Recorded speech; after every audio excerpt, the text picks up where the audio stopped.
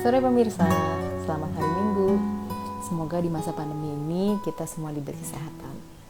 Bincang-bincang sore hari ini saya mau mengundang seorang dokter spesialis THT. Coba di sini yang punya anak, waktu lahir anaknya sudah diperiksa pendengaran atau belum. Mungkin ada yang udah screening pendengaran, ada juga yang belum. Nah sebenarnya wajib nggak sih, harus nggak sih semua bayi itu diperiksa pendengaran, di screening pendengaran?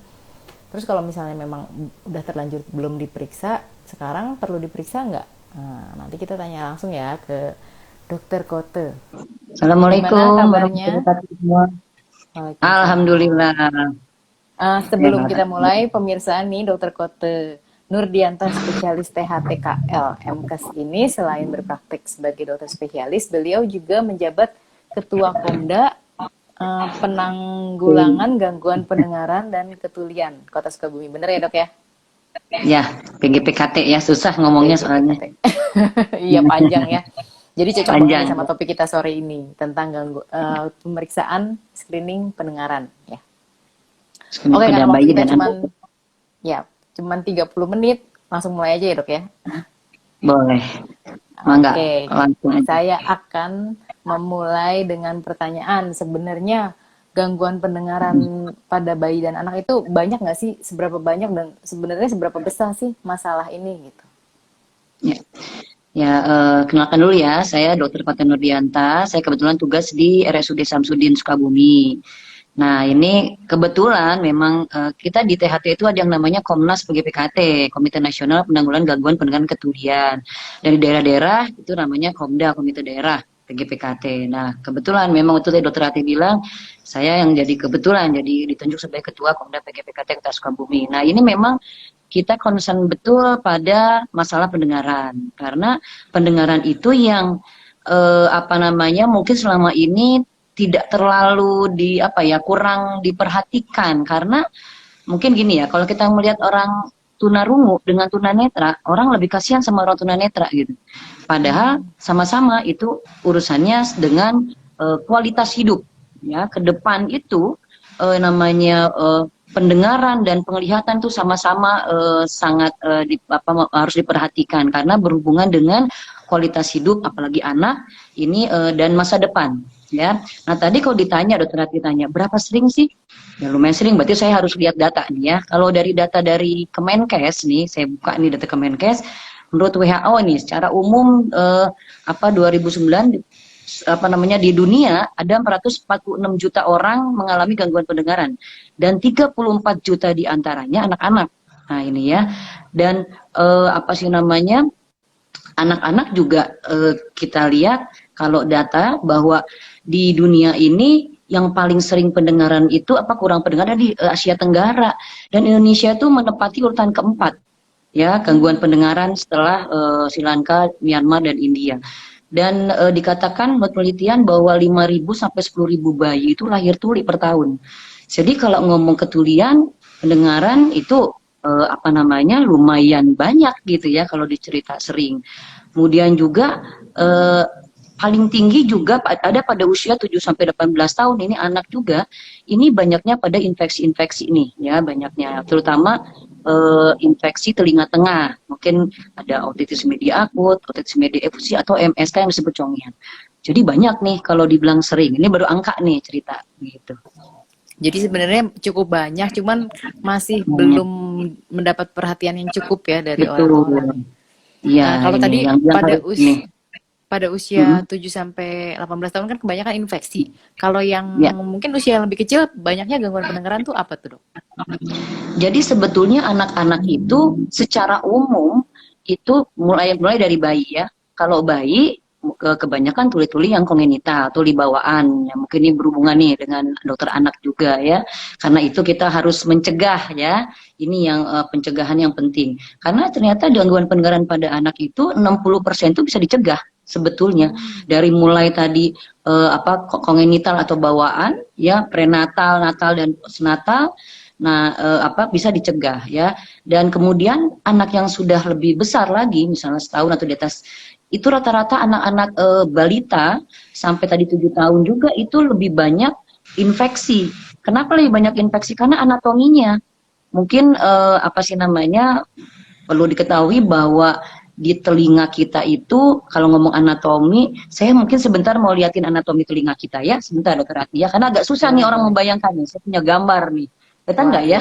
Waduh. Wah, saya udah siapin gambar nih. Nah, ini telinga kita kan sebenarnya anatomi itu dibagi tiga. Aduh, gambarnya gimana? Ada telinga luar nih, dari mulai apa namanya nih, daun telinga sampai ke gendang telinga. Ini telinga luar kita. Kemudian telinga tengah. Telinga tengah itu ada tulang pendengaran dan ada saluran namanya tuba eustachius ini. Ya, kemudian telinga dalamnya ada tulang-tulang apa namanya, cochlea atau rumah siput dan saraf-saraf pendengaran. Nah, ini nih yang pada anak-anak berbeda dengan dewasa, dia telinga tengah ini. Di tuba eustachius itu pada dewasa tadi panjang dan miring posisinya. Tapi pada anak-anak dia posisinya pendek, pendek dan landai. Karena itu kalau ada infeksi-infeksi di tenggorokan atau hidung, batuk, pilek gitu, infeksi saluran napas atas, itu sering sekali larinya ke telinga. Ini yang seringkali tidak disadari oleh orang tua ya, karena sering dibilang batuk pilek aja dok, gitu. Padahal batuk pilek itu hati-hati banyak sekali ke telinga tengah. Paling mudah adalah otitis media efusi. Jadi terisi cairan di telinga tengah itu banyak sekali, dokter Hati. Dan ujung-ujungnya kalau dari kecil nih sudah ada gangguan di telinga tengah, itu akan menyebabkan pendengaran terganggu dan hubungannya dengan bicara. Nah, ini nih yang seringkali mungkin orang tua tidak terlalu kalau bilang gitu ya, bahwa ternyata efek jangka panjangnya adalah berhubungan dengan keterlambatan bicara. Ini yang paling sering. Orang tua baru bahwa kenapa ya anaknya kok bicaranya belum lancar. Nah, itu seringkali tidak berpikir telinga dulu yang diperiksa gitu. Jadi sibuk, coba dok lihat lidahnya, coba lihat mulutnya, lihat tenggorokan, padahal dia bisa berteriak, suara nggak ada masalah. Ternyata adalah gangguan. Oke, sekarang kita mulai dari yang bayi dulu yang tadi Ya. gangguan pendengaran karena kongenital ya. Kan sekarang Ya. nih sudah banyak bayi yang lahir untuk disarankan lakukan screening pendengaran langsung. Nah, tapi sebetulnya kalau dari konsensusnya atau kebijakannya sebenarnya sudah wajib nggak sih di semua fasilitas kesehatan untuk melakukan screening itu? Ya, nah lagi-lagi kita ngomong dari internasional ya. Menurut Joint Committee of Infant Hearing itu memang sebetulnya sudah direkomendasikan seluruh ya bayi-bayi baru lahir ya itu sebelum keluar rumah sakit itu harusnya sudah dilakukan screening pendengaran bayi baru lahir. Itu karena banyak sekali yang apalagi kalau dengan faktor resiko ya. Nah, faktor resiko apa sih yang paling harus kalau yang pasti harus diperiksa itu dengan resiko tinggi. Apa aja resiko tingginya? Riwayat keluarga dengan gangguan pendengaran. Misalnya ada keluarga yang memang dia ada ketulian. Kemudian infeksi prenatal, TORS ya, dokter Hati, toksor, rubella, sitomegalovirus, herpes simplex. Nah, itu infeksi-infeksi itu pada saat ibu hamil itu juga harus hati-hati pada bayi-bayinya ya, ini kan bisa dicegah sebenarnya ya. Kemudian adanya kelainan-kelainan anatomi, misalnya pada saat keluar kita lihat kok ada kelainan anatomi nih gitu, baik wajah atau segala macam yang berbeda, itu juga kita harus sudah periksa. Nah, kemudian lahir yang prematur, kemudian juga BBLN, bayi berat lahir rendah ya, ini juga harus. Terus persalinan-persalinan dengan tindakan yang mungkin sekarang sudah mulai berkurang ya, dengan tindakan-tindakan di kepala misalnya, terus hiperbilirubinemi, ya betul, forceps misalnya ya. Kemudian hiperbilirubinemi yang perlu sekarang dulu hiperbilirubinemi saja, tapi sekarang yang juga dengan perlunya transfusi itu juga harus kita risiko tinggi untuk pendengarannya. Kemudian asfiksia berat kayak Apgar ya, mungkin ya, yang bayi-bayi yang terlambat menangis begitu ya. Jadi itu yang resiko tinggi. Tapi masalahnya resiko tinggi itu pun juga tidak tidak berarti bahwa yang tidak beresiko tinggi itu juga akan kita tidak mungkin terkena gangguan pendengaran, karena memang selama kita hamil kita tidak tahu gitu loh. bagaimana apa sih namanya tadi ya, bagaimana kondisi janin kita dan urusan pendengarannya gitu. Jadi memang konsensus internasional memang sudah disarankan setiap bayi baru lahir itu diharapkan sebelum keluar rumah sakit sudah harus dilakukan screening pendengaran, yaitu dengan OAE, Auto Acoustic Emission. Tapi kalau di Indonesia mungkin masih belum semuanya ya. Nah, itulah masalahnya. Kita kan kembali lagi ke fasilitas ya. Kita negara berkembang, rumah sakit juga tidak selalu bisa menyiapkan karena alat OAE lumayan ratusan juta nih harganya gitu. Dan mungkin lagi-lagi rumah sakit juga masih berpikir itu sih nanti saja gitu. Itu yang seringkali kurang dipahami. Padahal kualitas hidup anak ini ke depan itu bisa ditentukan dengan deteksi dini untuk pendengarannya. Mudah-mudahan Gitu. orang tua di sini yang habis nonton jadi tahu, pokoknya kalau anak lahir ataupun tetangga lahiran harus jangan lupa ya screening pendengaran. Nah tadi kan screening pendengarannya biasanya dokter Rati kan kalau sesudah bayi lahir itu kalau di paket-paket di rumah sakit itu kan ada periksa HB, periksa apa lagi itu pemeriksaan ini ya laboratorium ya. Itu kan sebenarnya ambil darah. Nah itu harusnya sudah dimasukkan tuh kalau di luar negeri sudah dimasukkan bahwa ini OAE termasuk dimasukkan dalam paket-paket screening pada bayi baru lahir gitu. Bisa dijelaskan dok, OAE itu pemeriksaannya seperti apa sih? Mungkin ibu-ibu kan nggak punya bayangan, takutnya ada periksanya ngeri nggak sih gitu. Oke. Ini pemeriksaannya sangat-sangat sederhana ya sebetulnya, tapi memang alatnya sangat sensitif. Maksudnya sensitif, jadi dia tuh hanya dimasukkan kayak earphone itu, masukkan saja ke dalam liang telinga. Nah, hanya memang harus betul-betul sesuai dengan ukuran liang telinganya, dan itu dibiarkan nanti dia akan bekerja sendiri. Si alat OAE-nya itu dia akan mengeluarkan suara, ya akan mengeluarkan suara nanti yang suaranya nanti akan masuk ke dalam liang telinga, kemudian genang telinga, dan akan nanti ditangkap oleh rambut-rambut di rumah siput. Nah itu kolea. Nah ini yang akan nanti diperiksa, kemudian akan feedback, nanti akan ada feedback berupa diagram. Ya, nanti diagramnya itu akan bentuk pas atau river. Ya, kalau pas itu dianggapnya masih kita anggap ya bahwa di fungsi dari outer hair cell di rumah siputnya ini masih baik. Nah kalau river, nah ini yang harus kita lebih lanjut ke pemeriksaan yang untuk pemeriksaan saraf-saraf pendengaran yang di otak atau BERA, ASSR gitu. Nah, lebih lanjutnya tuh langsung, jadi kalau begitu refer langsung bayi itu diperiksa. Kapan sih kita melakukan pemeriksaan lebih lanjut? Itu mungkin ya pertanyaannya. Jadi kalau tadi ada pas, itu pas juga dilihat nih. Kalau memang dia ada resiko tinggi tadi ya terhadap ketulian, itu tetap harus diulang 3 bulan. Gitu. Nah, untuk yang refer itu kita tetap diulang juga 3 bulan. Ya, 3 bulan dan nanti 3 bulan ini pemeriksaannya udah lebih lanjut. Ya, pemeriksaan yang BERA ya, otoskopi, BERA, nanti pemeriksaan yang lebih lanjut lebih panjang. Nanti kita lihat kalau ternyata ada di situ ada gangguan, kita bisa berikutnya kita akan pastikan dengan ASSR. Nah, ini pemeriksaan-pemeriksaan yang mirip BERA.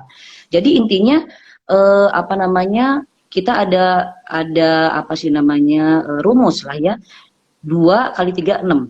Nah, 2 hari ya pada saat anak usia 2 hari atau sebelum keluar rumah sakit itu harus diperiksa OAE. Berikutnya pengulangan di 3 bulan. Ya, 3 bulan dan 6 bulan itu sudah habilitasi. Kalau memang ternyata dari hasil BERA atau ASSR tadi sudah dinyatakan bahwa anak ini ada ketulian saraf. Jadi artinya di 6 bulan sudah harus menggunakan alat bantu dengar. Gitu. Nah, diharapkan kalau makin 6 bulan sudah kita intervensi habilitasi, itu anak akan belajar mendengar dan belajar bicara gitu ya. Yang penting kan anak tuh bicara itu karena ada contoh mendengar dulu. Nah, nanti dengan pengalaman anak-anak yang atau bayi-bayi yang makin dini diberikan habilitasi secepat mungkin dengan alat bantu dengar, itu bisa bicara normal layaknya anak-anak normal dan bisa sekolah biasa apa namanya di sekolah umum. Oke. Itu kalau kasusnya bayinya sudah diperiksa nih screening waktu lahir. Misalnya ada yang tidak Ya, dilakukan screening, ya, katakanlah bayinya udah umur 6 bulan gitu. Apakah tetap ya. harus dilakukan pemeriksaan pendengaran atau Mm, ya dibiarkan saja sampai ada gangguan bicara atau gangguan pendengaran yang jelas misalnya gitu? Gimana dok? ya. Nah, ini yang mungkin artinya di kita memang kalau ngomong ideal agak sulit. Ya, kita di Indonesia ideal sulit. Nah, tidak usah yang di rumah sakit kan, melahirkan pun tidak selalu di rumah sakit ya.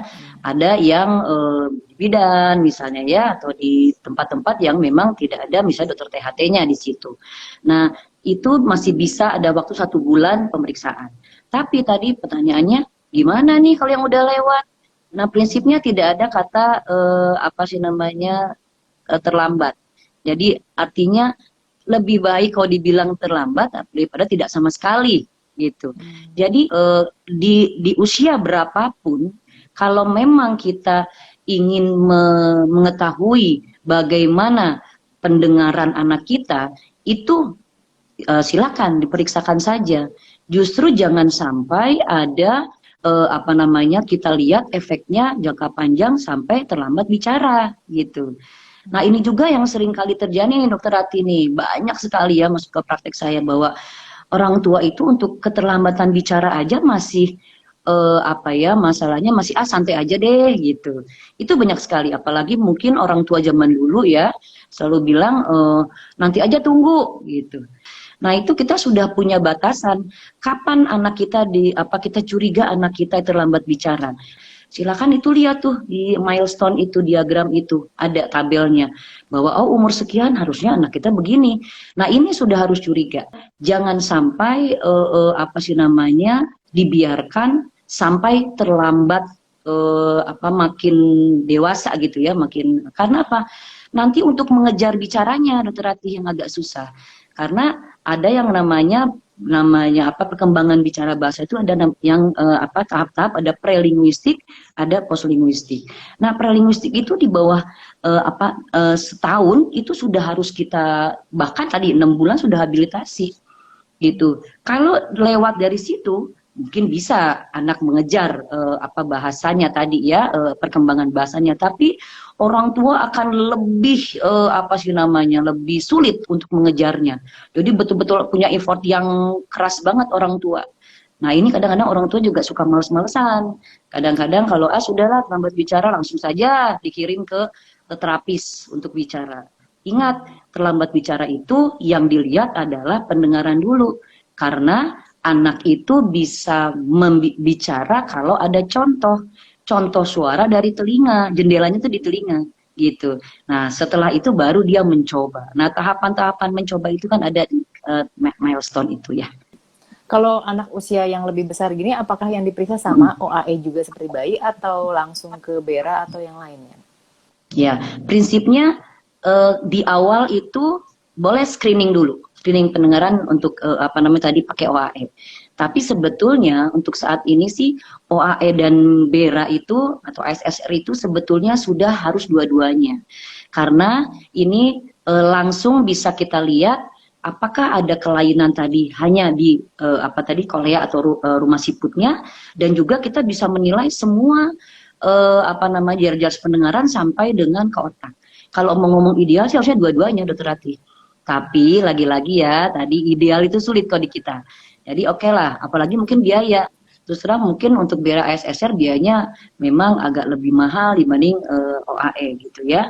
Nah, untuk di awal boleh screening awal adalah OAE dulu. Nanti setelah screening OAE itu harus dilihat bagaimana reaksi. Kalau misalnya nih OAE-nya kok pas, nah jangan tenang dulu. Tetap harus dilihat 3 bulan, 6 bulan.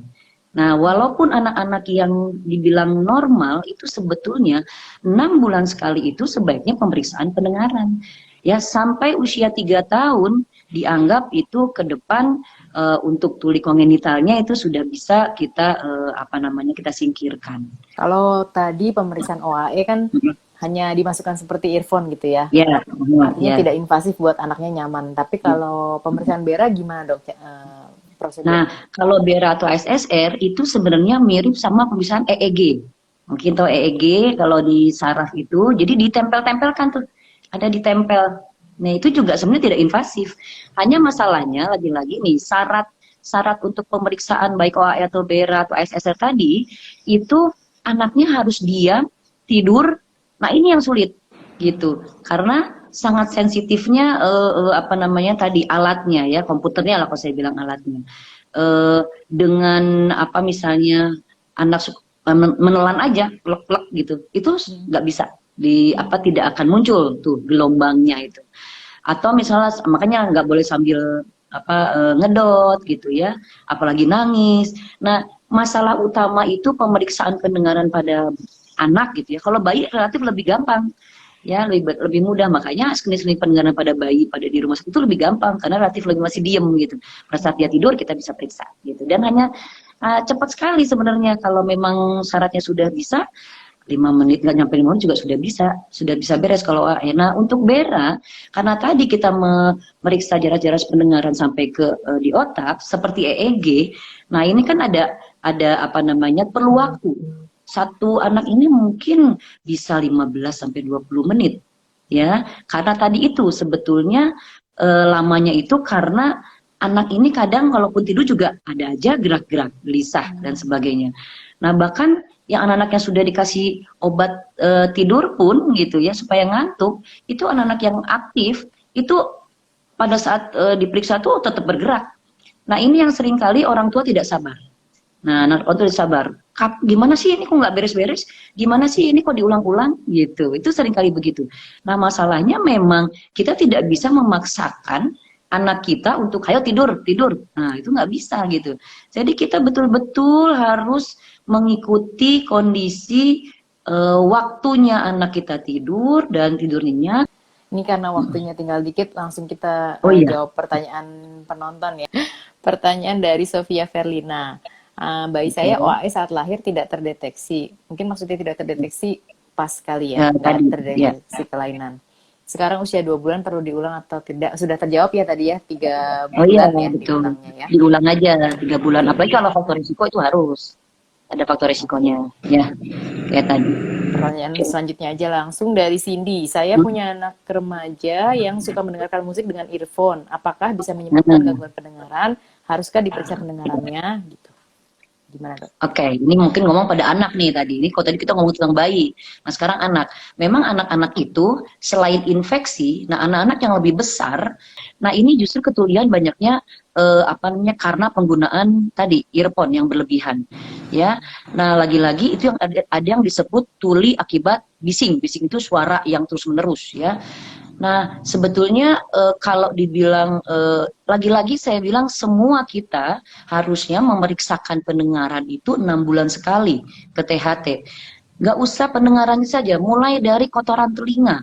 Kotoran telinga itu anak SD 30-50% ketuliannya gara-gara kotoran telinga. Kalau ngomong kita kan hanya kotoran telinga aja gitu. Kayaknya sepele gitu ya. Orang bilang sepele, padahal ada anak SD 30-50% ketulian justru dari serumen atau kotoran telinga.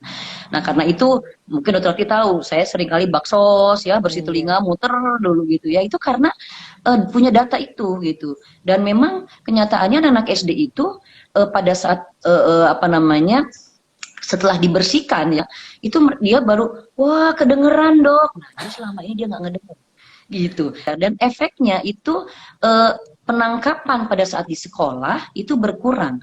Dan akibatnya akhirnya di prestasi belajar itu ada penelitiannya. Itu untuk anak SD. Nah tadi lain-lainnya juga tadi yang tuli akibat bising ya. Nah ini penggunaan apa tadi earphone itu juga kita ada apa namanya ada batasannya gitu ya. Kalau menggunakan earphone itu sebetulnya atau suara-suara yang bising itu kita hanya boleh maksimal. Jadi ada namanya rule of six ya. Hanya boleh 60% dari suara maksimal gadget kita ya, suara musik itu dan 60 menit. Jadi rule of six itu harusnya begitu. Nah sekarang sementara anak-anak kita sampai tidur Sepanjang dipakai hari gitu. ya. Iya. Nah ini yang harus hati-hati dan memang lagi-lagi kita banyak dapat anak SMP, SMA, terutama sih ya anak SMA, SMP, SMA itu karena perlu waktu lama untuk sampai ketulian. Nah, ini yang rusak adalah saraf-saraf pendengaran. Tadi pertama adalah di rumah siput dulu, di kohlea itu yang paling rentan. Kalau ada suara-suara apa namanya bising masuk ke dalam telinga kita. Nah, ini seringkali kita dapat anak-anak, dok kurang dengar, kita periksa. Nah, pemeriksaan anak dewasa itu yang bisa apa sih namanya, yang sudah bisa kooperatif itu tidak pakai OE dan BIRA lagi, tapi menggunakan yang namanya audiometri atau audiogram nanti hasilnya. Itu lebih cepat dan yang penting anak bisa 7 tahun ke atas yang bisa kooperatif itu bisa pakai audiogram. Itu lebih cepat audiometri tadi.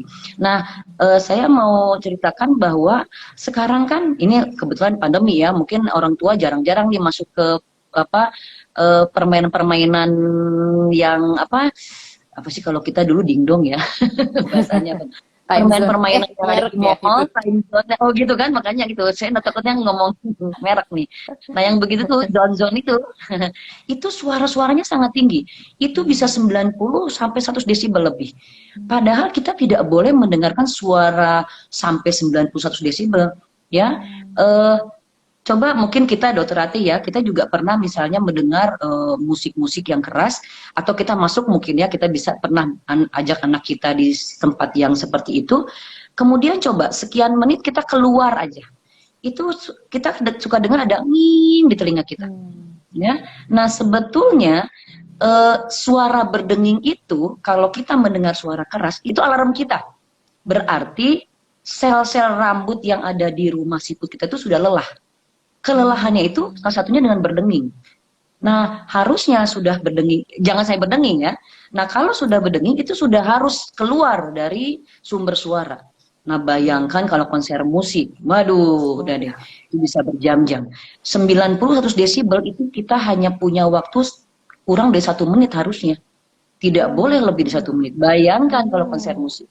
Nah itu yang terjadi, seringkali anak-anak remaja datang ke kita ke THT, dok ini pendengarannya kurang, diperiksa ternyata sudah ada gangguan ketulian saraf, ya tadi. Dan terus terang kalau sudah kena saraf atau saraf tadi SNAL ya, sensory neural hearing loss, itu sudah sulit untuk kembali normal. Dan akhirnya gimana? Harus menggunakan alat bantu dengar seumur hidup. Ini langsung seringkali orang tua nangis di depan saya gitu, anaknya juga ya sama gitu kan, bingung kita ya. Ya itulah akibat jangka panjangnya kalau kita tidak mencegah ya dari awal. Itu yang saya bilang tadi, 60% pendengaran gangguan pendengaran itu bisa dicegah kok. Gitu. Hanya aware nggak orang tua dan kita semua. Ya, ternyata di lingkungan kita banyak ya yang mungkin menyebabkan gangguan pendengaran. Banyak paling bagus dicegah, tapi kalau misalnya karena kita nggak bisa memastikan apa aja yang kita dengar, jadi idealnya adalah setiap 6 bulan sekali kita pemeriksaan ke pendengaran. Jadi sama dengan gigi ya, gigi, mata, dan THP itu sebenarnya 6 bulan. Tapi kita ke dokter gigi juga kalau sakit gigi lagi. Seringkali kita seperti itu. Nah, justru jangan sampai gitu ya kejadian tuh intinya kita harus mencegah sekarang. Mencegah lebih baik daripada sudah mengobati, apalagi kalau sampai sudah terjadi kerusakan yang permanen. Udah, ini sangat menyesal seumur hidup. Ya sayang sekali nggak bisa lanjut ke pertanyaan berikutnya karena waktunya sudah habis. Mungkin sebelum ditutup, Dokter Kota ada mau memberi pesan-pesan nggak? Oke, jadi intinya tadi seperti yang tadi saya jelaskan bahwa gangguan pendengaran itu bisa amat sangat bisa dicegah, dan apalagi untuk anak kita, ya anak kita dan bayi-bayi.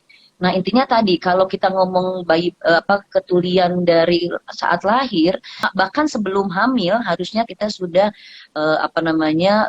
cegah gitu, bisa cegah dengan mencegah infeksi-infeksi tadi, TORS tadi ya. Kita ada pemeriksaan TORS ya sebetulnya ya saat ini tuh toxo-rubella itu, dan bisa juga dilakukan vaksinasi itu ada. Nah apalagi pada saat hamil, pas hamil betul-betul jaga kondisi makanan ya, terutama yang sehat, karena ibu-ibu hamil ini makanannya yang penting enak, pedas segala macam, gorengan, aduh apapun juga, karena infeksi-infeksi tadi, infeksi-infeksi apalagi virus itu bisa gampang sekali masuk ke janin kita. Nah setelah setelah melahirkan kita jaga anak kita Lagi-lagi infeksi-infeksi apapun infeksinya itu sangat memungkinkan untuk masuk atau ke apa namanya ke tadi ke kornea atau apa namanya rumah siput ya, apalagi sudah mulai besar. Nah, ini yang tadi saya bilang, batuk pilek itu jangan disepelekan ya, karena batuk pilek yang selama ini tuh banyak sekali yang akhirnya ke telinga. Berikutnya adalah misalnya yang paling gampang adalah serumen. Waduh, kotoran telinga.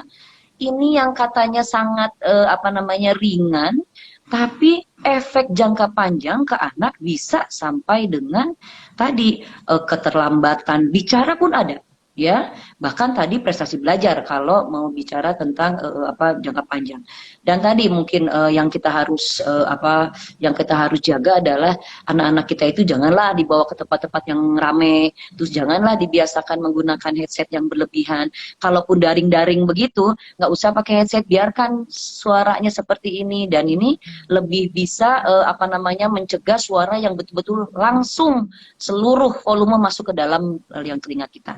Intinya cintai atau jaga pendengaran kita, karena pendengaran yang sudah diberikan oleh Allah ini adalah yang paling sempurna, tidak ada penggantinya. Kalaupun bisa atau bukan bisa ya, sekarang banyak teknologi, tapi tidak bisa menggantikan telinga kita yang sudah diberikan oleh Allah. Mungkin satu Dokter Ratih, bahwa kalau teknologi sekarang ada yang disebut implan koklea. Ya, implan koklea itu bukan bisa lah, intinya itu salah satu tata laksana yang menggantikan apa sih namanya fungsi pendengaran ya. Dia dimasukkan kayak alat itu masuk ke dalam koklea itu rumah siput tadi. Itu terus terang harganya bisa ratusan juta. Hanya implan koklea. Mungkin sekarang udah agak murah nih. Dibilang murah tuh 200 juta Dokter Ratih. Ya, dulu 500 juta masuk. Itu baru implan koleanya gitu. Seharga rumah dan apa namanya mobil gitu loh. Belum yang lain-lainnya. Itu kalau itu operasinya dan lain-lain nanti apa terapi bicara itu bisa eman. Jadi betapa apa namanya mahalnya kesehatan pendengaran itu. Jadi itu yang mungkin dari sekarang sudah mulai orang tua tolong jaga minimal anak kita, baik kita, yang jelas juga kita sendiri juga jangan sampai kualitas hidup kita nanti apa namanya terganggu gara-gara kurang pendengaran atau gangguan pendengaran. Terima kasih banyak atas penjelasannya yang sangat lengkap, sangat jelas. Mudah-mudahan bisa membuka mata semua yang menonton IT Live kita sore ini. Oke. Mudah-mudahan bermanfaat ya. Mudah-mudahan walaupun sedikit kita cepat-cepat. Insya Allah. Ya, oke, terima kasih untuk yang sudah menonton juga. Kita kalau misalnya memang ada yang masih belum jelas, mungkin bisa japri aja ya ke Instagramnya Klinik Radita atau ke Instagram saya, silahkan. Oke, terima kasih. Wassalamualaikum warahmatullahi wabarakatuh. Terima kasih Dokter Ratih dan semua. Assalamualaikum warahmatullahi wabarakatuh.